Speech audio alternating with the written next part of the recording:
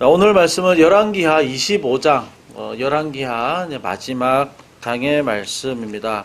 25장의 말씀은 이스라엘이 어떻게 멸망을 당하는가에 관한 말씀이 자세히 기록되어 있습니다. 특히 지금 읽은 말씀은 남쪽 이스라엘의 마지막 왕, 시드기야 왕, 그러니까 20대 왕입니다. 이 왕이 어떻게 포로로 끌려가는가에 대한 말씀이 자세히 나오고 있습니다. 그래서 오늘 말씀과 관련해서 이 이스라엘을 둘러싼 이 국제적인 이런 정세가 어떻게 됐었는지, 그리고 이스라엘이 어떤 또 태도를 취하고 어떤 연약함들이 있었는지 한번 배경을 살펴보고 오늘 말씀을 자세히 또 묵상해 보고자 합니다. 남쪽 이스라엘은 이제 17대 왕 요시야 왕이죠. 우리가 요시야 왕 종교개혁 왕 해서 우리 한번 살펴본 적이 있긴 한데요.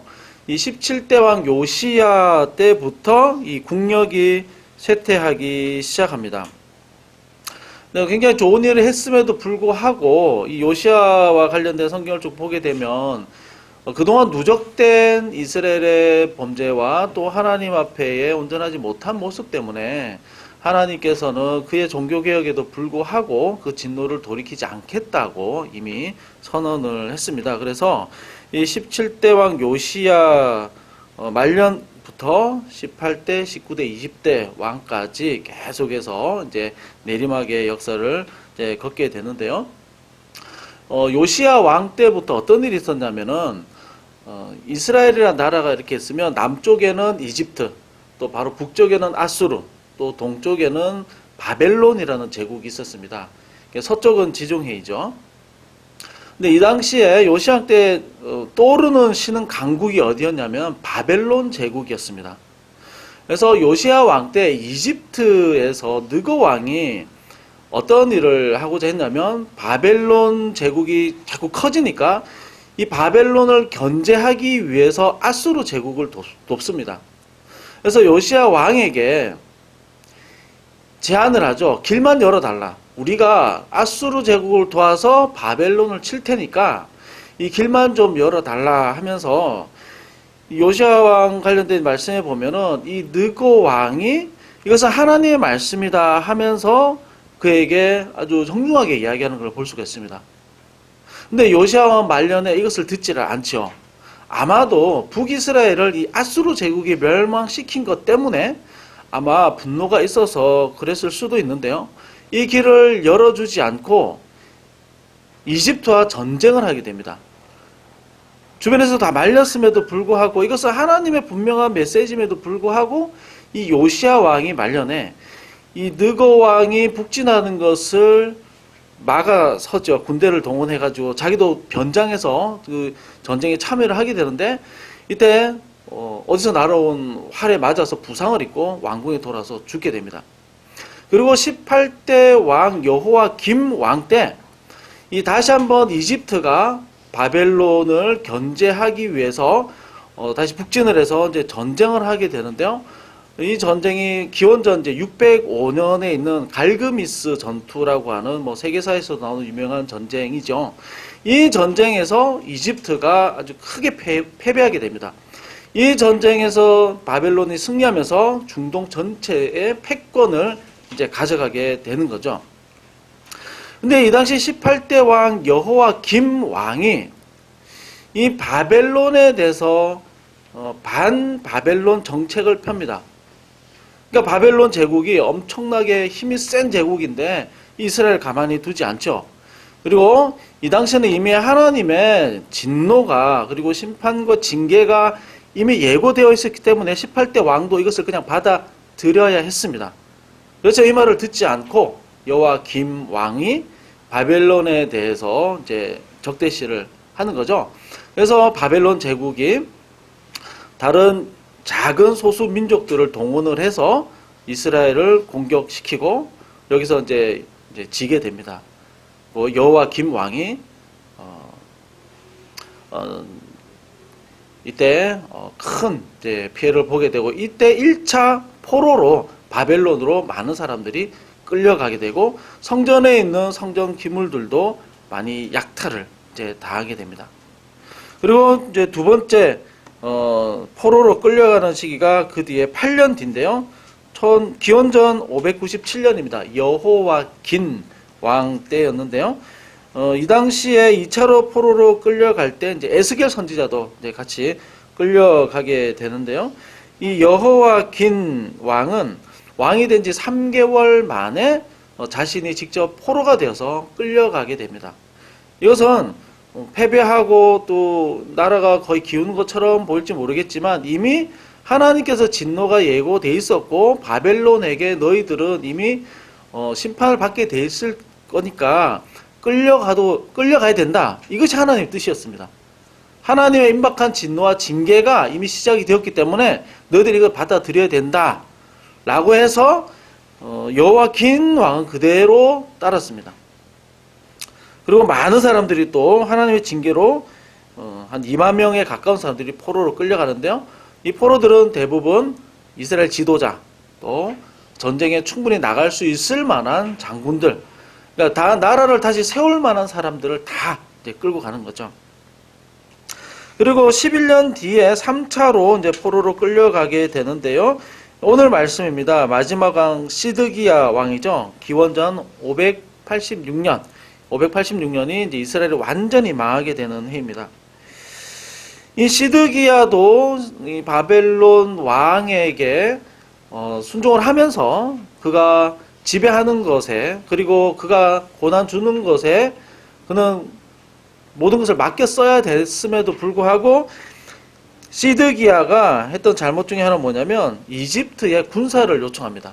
근데 이집트 군대가 올라오다가 다시 돌아가 버리죠. 왜냐하면 싸워봤자 이제 승산이 없으니까 그렇습니다. 그래서 시드기야 왕 때 이제 완전히 이 남이스라엘은 이제 끝이 나게 되고, 하나님의 성전도 그동안은 안에 있는 기물들, 중요한 물건들이 약탈당했지만은 오늘 이제 말씀 밑에도 보게 되면 이 성전이 전부 다 불에 타게 됩니다. 완전히 사라지게 됩니다.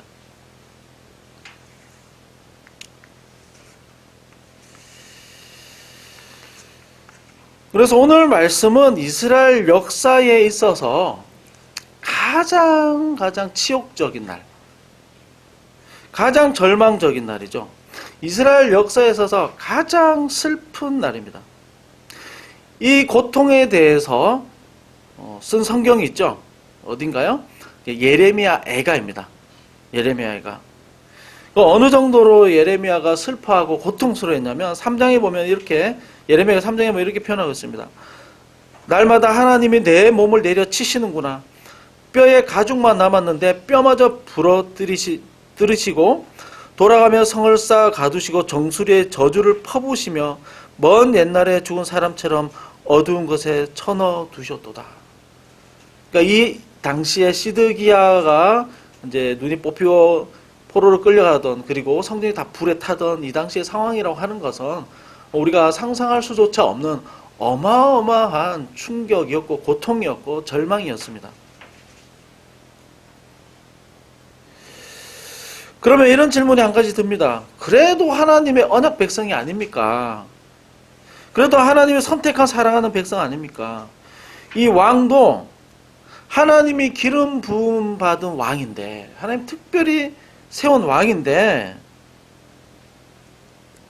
어떻게 이런 왕이 눈이 뽑히고 다 멸절당하고 자손이 다 멸절당하고 이렇게 끌려갈 수 있는가? 그리고 성전은 하나님이 임재한 곳 아닙니까? 성전이 다 불에 타버렸습니다. 흔적조차 없습니다. 모두 파괴되었습니다. 철저하게 파괴되어 버렸습니다. 하나님이 꼭 이렇게까지 하셔야 되는가? 다른 방법은 없었는가? 하나님은 너무 잔인한 거 아닌가? 좀 더 좋게, 좀 더 좋은 방법으로 하나님은 이들을 타이르고 경고해서 돌아가게 하실 수 있었던 방법은 없었던가? 이렇게 비참하게 끝을 보아야 하는가라는 질문을 던질 수 있습니다. 그런데 하나님 편에서는 이렇게 얘기를 할 수가 있죠. 성경에서 계속해서 말씀되는 그 내용으로 보면 이렇게 얘기할 수 있을 겁니다. 하나님 편에서는 수도 없이 경고했습니다. 남유다 20명의 왕이 계속해서 이어질 때마다 그들은 참 많은 범죄를 했습니다. 그때마다 하나님 선지자를 다 보내주셨죠. 400년 동안, 솔로몬 왕 이후로 400년 동안 계속해서 선지자를 보내서 경고하고 또 경고하셨습니다. 또 그 이전에 이미 언약 말씀에서 왕이 지켜야 될 도리와 하나님의 말씀에 대한 그 규례에 대해서 상과 벌에 대한 말씀 이미 충분히 다 하셨습니다. 반드시 징계할 것이다. 반드시 징계할 것이다. 그래서 하나님은 이거 너무한 거 아닙니까? 라고 말하기 전에 먼저 생각해 봐야 될 것이 무엇이냐면 왜 이렇게 수도 없이 경고하고 또 경고했음에도 불구하고 이 사람들은 왜 돌이키지 않았는가? 왜 이 사람들은 돌이키지 않았는가에 대해서 우리는 한번 살펴볼 필요가 있는 것이죠. 그래서 오늘 말씀을 통해서 우리가 두 가지를 살펴보고자 합니다. 경고받은 백성들이 돌이키지 않은 이유, 그리고 징계받은 이 백성들을 향한 하나님의 계획은 무엇인가? 이 두 가지로 한번 생각해 보고자 합니다. 백성들이 계속해서 오랫동안 경고를 받았음에도 돌이키지 않은 이유가 무엇이냐면 율법주의적인 신앙 때문이었습니다. 몰락하기 전에 지금 이 시드기야 왕 시대에 이스라엘 백성들이 성전에서 예배를 드리지 않았을까요? 이 사람들은 하나님을 버리고 그냥 우상 숭배만, 정말 열심히 우상 숭배만 했을까요? 그렇지 않습니다. 몰락하기 직전에도요, 성전에서 예배를 잘 드렸습니다. 그들의 몸은 성전에 있었고요, 그들의 생각은 선민의식이 있었습니다. 형식적으로 신앙은 분명히 있었습니다. 이런 형식적인 신앙을 대표하는 말이 제사지상주의, 성전지상주의라는 말이 있습니다. 들어보셨는지 모르겠는데요. 여기에 대해서 아주 신랄하고 아주 자세히 정죄하면서 그 마음을 돌이킬 것에 대해서 말씀한 선지자가 누구냐면 예레미야 선지자였습니다. 이 시드기야가 포로로 끌려갈 당시, 그리고 이 나라가 기울기 시작하면서 활동했던, 가장 가까이에서 활동했던 선지자가 예레미야 선지자인데요. 이 예레미야가 선포한 말씀들을 보게 되면 굉장히 놀랍고 또 우리가 정말 두려워할 수밖에 없는 이런 말씀들이 참 많이 있습니다. 예레미야서에 보면 많은 내용이 성전에서 예배하고 있는 제사장과 예배하는 사람들에게 선포하는 말씀들이 굉장히 많이 있습니다. 예배하러 온 사람들에게 하나님의 진노를 선포한 말씀들이 많습니다. 이 당시 사람들은 우리는 이 세상의 중심이고 성전이 있기 때문에 절대 망하지 않는다. 우리가 무슨 짓을 하더라도 우리는 선택받은 이 지위를 절대 잃어버리지 않는다. 라는 아주 강한 생각들을 가지고 있었습니다. 우리가 설령 말씀대로 살지 않는다 하더라도, 죄를 많이 짓고 우상숭배를 한다 하더라도 성전에서 예배만 드리면 아무 문제 없을 것이다 라는 생각이 있었습니다. 그러나 여기에 대해서 아주 철저하게 하나님의 말씀으로 경고하고 돌이킬 것을 아주 처절할 정도로 말씀을 전한 사람이 바로 예레미야 선지자였습니다. 여러 구절에서 말씀이 나오는데요. 예레미야 7장 2절에 보면은 이렇게 이야기합니다. 너는 여호와의 집 문에 서서 이 말을 선포하여 이르기를, 여호와께 예배하러 이 문으로 들어오는 유다 사람들아, 여호와의 말씀을 들으라. 3절에서는요. 너희의 길과 행위를 바르게 하라.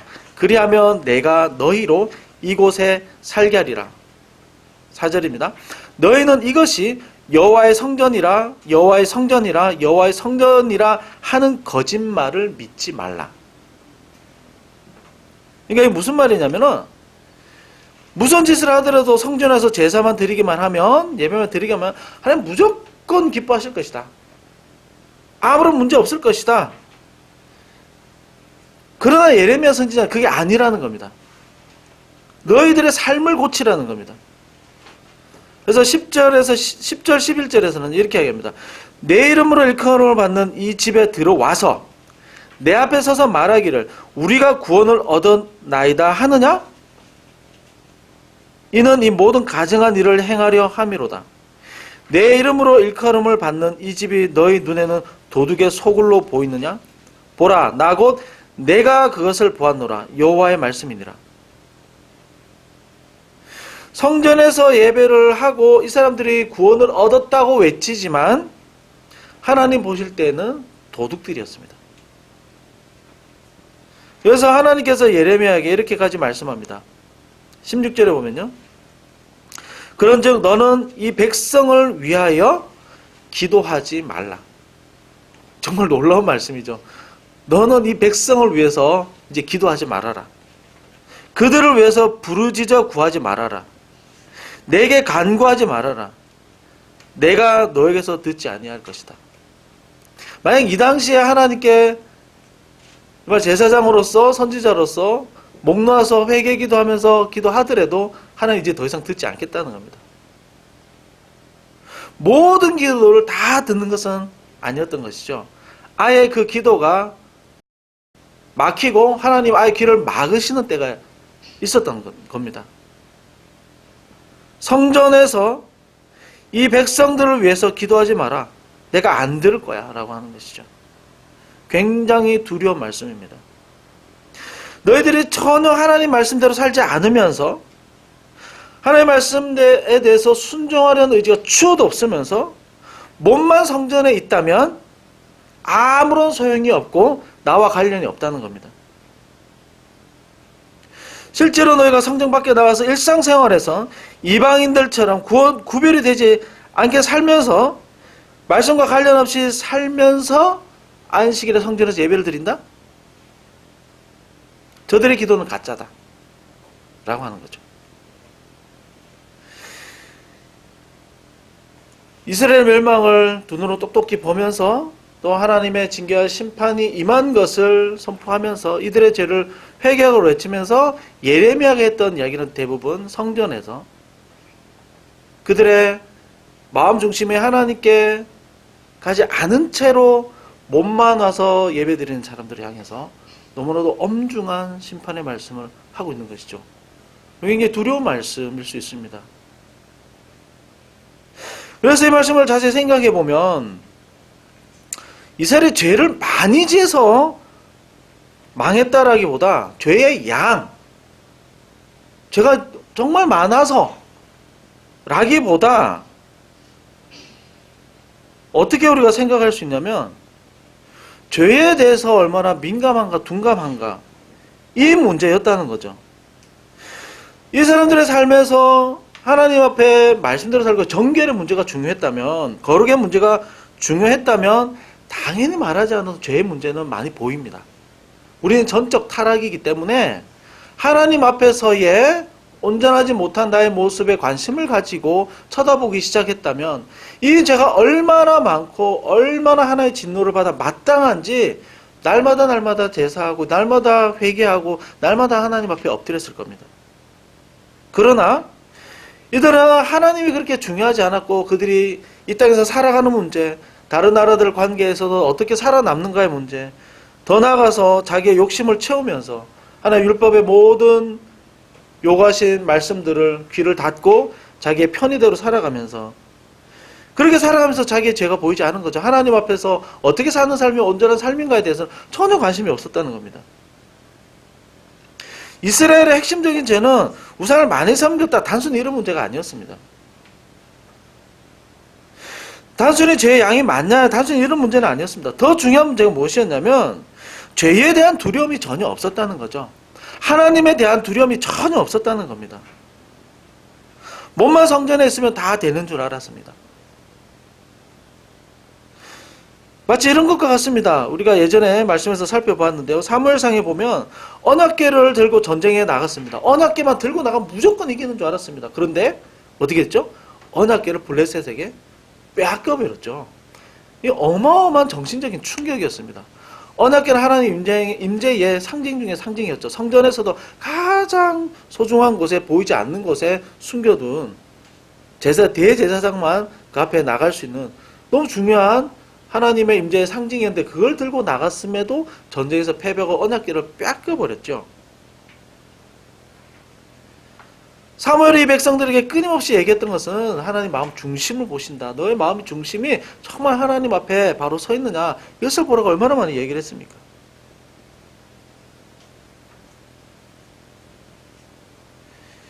이들은 결국 언약 궤만 믿은 것이죠. 이건 형식적이고 율법적인 신앙이었습니다. 형식적인 신앙은 미신과 같은 거죠. 하나님 존재 자체를 소중히 여기지 않는 것입니다. 하나님께서 하신 말씀이 얼마나 엄중하고 나에게 가장 가치 있는 세속적인 어떤 성공에 대한 이야기보다도 더 가치 있는 이야기로 인정하지 않는 것이었습니다. 말씀이 나에게 요구하신 대로 사는 것에 관심이 전혀 없었습니다. 내 인생에 있어서 하나님의 말씀이 얼마나 엄중하게 요구하시는 내 생명과 같은 말씀인지를 인정하지 않는 것이 형식적이고 율법적인 신앙인 것이죠. 이렇게 하기만 하면 다 된다라고 생각하는 것입니다. 그 마음 중심에는 하나님이 나의 인생에 가장 소중한 분이시고 나를 정말 사랑하시고 나의 모든 생사업을 다 쥐고 있다고 하는 그런 고백이 없는 것이죠. 그러니까 성전에서 예배도 하고 밖에 나가서 우상 숭배도 하고 사람들을 착취도 하고 사기도 치고 나쁜 짓은 다 하는 겁니다. 이 당시에 하나님의 법이 다 무너졌죠. 사회적인 공의도 다 무너진 시대였습니다. 그래도 이들의 생각은 우린 그래도 선민이지. 선택받은 백성이야. 우린 제사장 나라로 임명받은 나라야. 우리는 망하지 않을 것이다. 이렇게 생각했다는 겁니다. 우리는 구원받았으니 무슨 짓을 해도 괜찮다라고 생각했던 겁니다. 그러나 예레미야 선지자는 끊임없이 그건 아니다. 그건 아니다. 너희가 성전에 왔지만 임박한 진노를 너희들은 피할 수 없어. 라고 유일하게 외쳤던 선지자였습니다. 이 당시 제사장과 다른 선지자들에게 엄청난 핍박을 받았죠.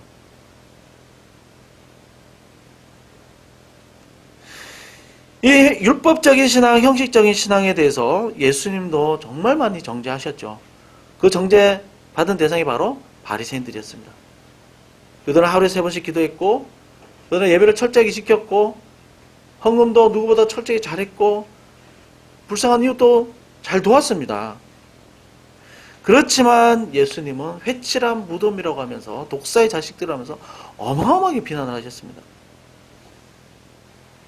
그리고 심지어 예수님께서 돌아가시기 전에 성전에 올라가셔서 이 성전을 헐어버려라. 이 성전이 예배의 중심인데 이 성전 헐어버리라고까지 말씀하셨죠. 내가 3일 만에 짓겠다. 그 성전은 예수 그리스도라고 하는 의미를 말씀해 주신 것인데요. 형식적인 신앙에서 끊임없이 예수님은 이들을 지적하셨습니다. 여기서 우리가 특별한 누군가의 문제가 아니라 우리의 아주 깊은 죄성 중에 하나입니다. 무엇인가 내가 함으로써 내가 무엇인가를 붙잡음으로써 내가 어디인가에 소속됨으로써 나의 구원과 하나님의 복이 보장된다라고 하는 생각이죠. 진짜 구원이라는 것은 천국 티켓을 지었다고 안심하는 것이 절대 아닙니다. 오히려 마음에 부담을 갖고 사는 것입니다. 무슨 부담입니까? 하나님의 말씀에 대한 부담이죠. 하나님께서 이렇게 말씀하셨으니 그것은 목사님의 말 그리고 교회에서 선포하는 이야기일 뿐이야 라고 취해버리는 것이 아니라 돌아와서도 내 일상의 가운데서도 이 말씀대로 내가 살아야 되는데 이렇게 하나님이 나에게 말씀하셨는데 이 말씀이 계속해서 나에게 부담으로 작용하는 겁니다. 그렇지만 이것은 부담으로 또 고통으로만 끝나는 것이 아니라 우리의 삶이 하나님 앞에서 더 정결해지고 또 좋은 관계와 또 예수를 향한 하나님의 복이 선포되는 데 있어서 너무 중요한 말씀드린 것이죠.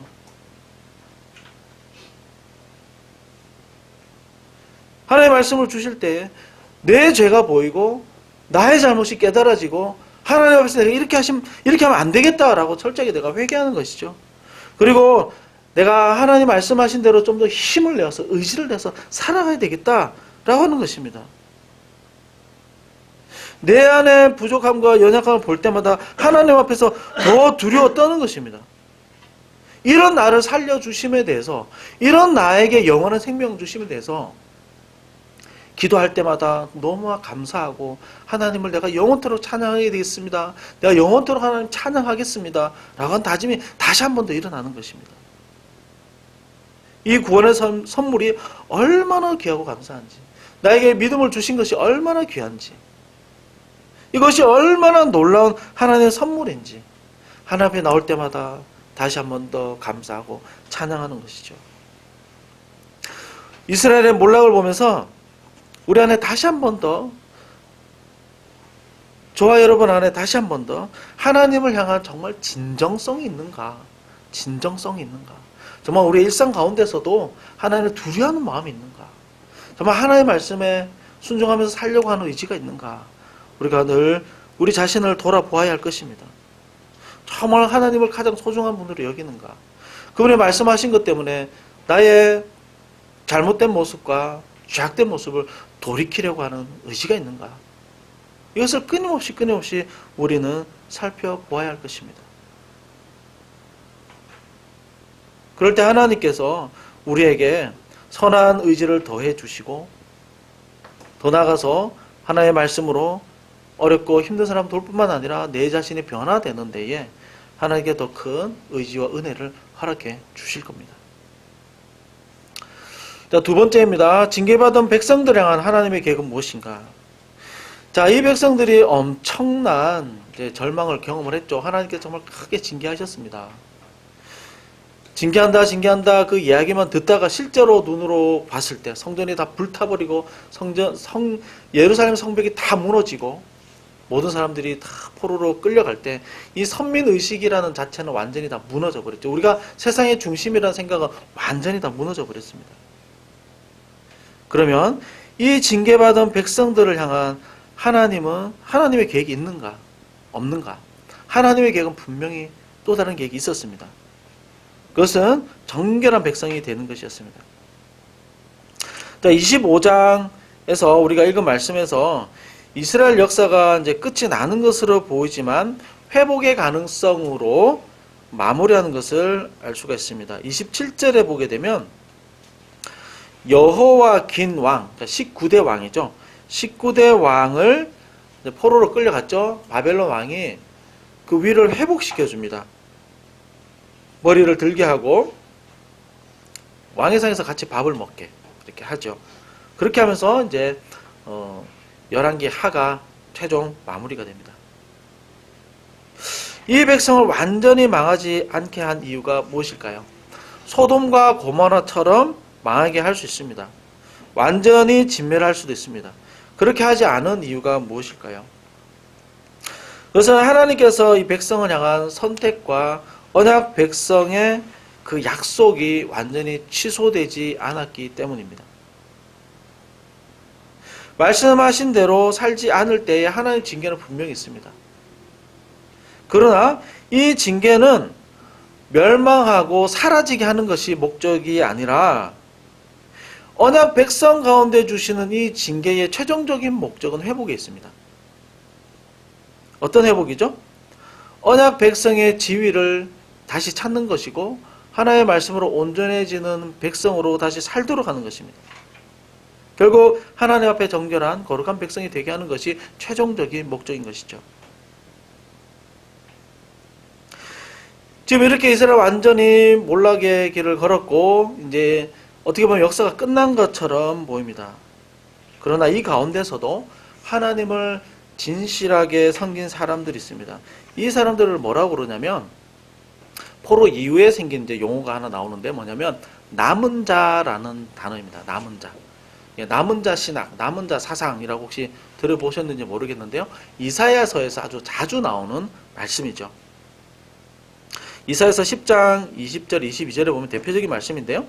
그날에 이스라엘의 남은 자와 야곱 족속에 피난한 자들이 다시는 자기를 친자로 의뢰하지 아니하고 이스라엘의 거룩한 자 여호와를 진실이 의뢰하리니 남은 자 곧 야곱의 남은 자가 능하신 하나님께로 돌아올 것이라. 하나님께서 이렇게 치시고 징계하고 이 멸망한 것처럼 아무것도 없이 사라진 것처럼 보이지만 이 가운데서 진실하게 하나님만을 의지하는 남은 자를 하나님께 두셨다는 겁니다. 1차 포로 귀환 때 다니엘과 세 친구가 이제 끌려갔었죠. 2차 포로 때는 에스겔 선지자 이렇게 끌려가면서 하나님께서는 신실하게 하나님을 의지하는 사람들을 그 심판과 징계 가운데서도 하나님 남겨두셨습니다. 하나님은 이들을 통해서, 이 남은 자를 통해서 하나님은 다시 약속의 말씀을 주시고 다시 세워가십니다. 2차 포로 때 끌려간 이 에스겔이 바벨론 그 땅에서 계속해서 하나님의 말씀을 증거하죠. 예언을 합니다. 에스겔 37장 23절에 보게 되면 하나님의 최종적인 목적에 대해서 이야기합니다. 내가 그들을 그 범죄한 모든 처소에서 구원하여 정결케 한즉 그들은 내 백성이 되고 나는 그들의 하나님이 되리라. 그리고 에스겔 36장 25절 26절에 보게 되면 맑은 물로 너희에게 뿌려서 너희로 정결케 하되 곧 너희 모든 더러운 것에서와 모든 우상을 섬김에서 너희를 정결케 할 것이며 또 새 영을 너희 속에 두고 새 마음을 너희에게 줄 것이다. 이렇게 말씀하고 있습니다. 에스겔서 37장 36장은 바로 앞에 마른 뼈 환상, 그 말씀에 대한 해석인 겁니다. 마른 뼈처럼 이스라엘이 완전히 죽은 것을 이제 보여주시는 거죠. 그렇지만 그들이 군대처럼 다시 일어나는 게 무엇이냐면 바로 이 말씀인 것이죠. 새 영을 주고 새 마음을 너에게 주어서 너희는 나의 백성이 될 것이다. 진실한 나의 백성이 될 것이다에 대해서 말씀을 합니다. 새 영과 새 마음을 우리 안에 두신다. 이것이 바로 무엇입니까? 바로 새 언약이죠. 새 언약. 예수 그리스도를 통해서 주시는, 신약시대 예수 그리스도를 믿는 모든 사람에게 주시는 새로운 언약인 것이죠. 여기에 대해서 예레미야 선지자가 31장 31절에 34절까지 해서 말씀을 하는데요. 내가 이스라엘 집과 유다 집에 새 언약을 맺으리라. 이스라엘 집과 맺을 언약은 이러하니 곧 내가 나의 법을 그들의 속에 두며 그들의 마음에 기록하여 나는 그들의 하나님이 되고 그들은 내 백성이 될 것이라. 이제 하나님의 법을 돌판에 새기는 것이 아니라 어디에 새긴다고 합니까? 마음판에 새기겠다. 마음판에 새기겠다. 이것이 어떻게 성취되는 겁니까? 율법의 완성이시죠. 모든 율법을 완벽하게 지키신 예수 그리스도가 우리 안에 거하심으로 율법에 대한 모든 요구가 예수 그리스도를 영접한 모든 사람들에게 성취되는 겁니다. 그러니까 예수 그리스도를 영접했다는 것은 어마어마한 일인 겁니다. 구약시대에 이것을 하지 못해서 이렇게 처절하게 하나님의 징계와 엄청난 고통을 당하던 이 일이 이제는 다시는 이런 일이 발생하지 않을 것이다. 율법을 지키지 못해서 이런 심각한 징계와 아주 심각한 고통 가운데 떨어지지 않을 것을 예수 그리스도를 통해서 성취해 줄 것을 이야기를 해주고 있는 것이죠. 이제 무너지지 않는 성전이, 절대 파괴되지 않는 성전이 이제 우리 안에 있습니다. 그것이 무엇입니까? 예수 그리스도가 우리 안에 계심으로 그 몸된 성전이 우리 안에 계시게 된 것이죠. 그래서 이 성전은 절대 무너지지 않습니다. 영원한 성전입니다. 그래서 고린도전서 3장 16절에서 이렇게 말씀을 하죠. 너희가 하나님의 성전인 것과 성령이 너희 안에 거하시는 것을 알지 못하느냐. 너희가 하나님의 성전인 것과, 그러니까 예수 예수그리스도를 모신 모든 사람들이 바로 무엇입니까? 바로 성전이다. 성전이다. 그리고 이 성전이 절대 무너지지 않고 예수 그리스도를 진실로 영접한 사람들은 절대 예수 그리스도를 떠나지 않습니다. 이제 우리 안에 성전이 지어졌습니다. 무너지지 않는 성전입니다. 예수님을 진실로 영접했다면 우리 안에서 계속해서 말씀하시고 우리 안에서 계속해서 깨닫게 하시고 우리 안에서 계속해서 잘못을 보여주시고 돌이키게 하십니다. 말씀하십니다. 정말 듣는 마음을 주시고 듣는 귀를 허락하셔서 우리가 잘못된 길로 갈 때 계속해서 두드리십니다. 두드리시고 생각나게 하시고 깨닫게 하실 때에 우리는 그 말씀에 순종해야죠. 잘 안 되지만 의지적으로 힘을 내서 그렇게 살도록 해야 됩니다. 오늘 말씀에서 언약 백성이라도 하나님의 어마어마한 진노를 받게 되는 것을 우리가 보게 됩니다. 그 하나님의 진노라는 것은요, 정말 무섭고 정말 두려운 일입니다. 물론 그 최종적인 목적은 정결한 백성으로, 언약 백성으로서의 지위를 회복하는 것이 최종적인 목적이긴 했지만, 하나님의 말씀을 철저하게 순종하지 않고 하나님을 중요하게 여기지 않을 때에는 하나님의 징계가 있게 되죠. 그것은 굉장히 무서운 일입니다. 오늘 말씀을 보면서 우리가 다시 한번 내가 가지고 있는 이 믿음이 정말 하나님을 향한 진정성 있는 믿음인가, 저와 여러분이 한번 다시 돌아보기를 바라고요. 또 하나님을 정말 진실로 정말로 경외하기를 바랍니다. 말씀을 주실 때, 깨닫게 하실 때에 우리의 마음을 다해서, 의지를 다해서 순종할 수 있기를 바라고요. 정말 선한 하나님 말씀하신 그 선을 행할 수 있는 의지를 우리에게 더해 주십시오. 아직도 우리는 전적 타락 가운데 있기 때문에, 죄의 오염 가운데 있기 때문에 죄의 의지가 있을 때가 참 많이 있습니다. 저 또한 너무너무 많습니다. 그렇지만 우리 하나님 앞에 살아가는 것은 어떻게 하면 하나님의 말씀을 가장 소중하게 여기며 살아갈 것인가, 바로 그 싸움 아니겠습니까? 정말 마음을 다해서 하나님의 말씀에 정말 순종하고자 애를 쓸 때에 하나님께서 이 사실을 아시고 하나님께서 정말 힘을 다하시고 우리에게 정말 복을 허락하여 주실 것을 믿습니다.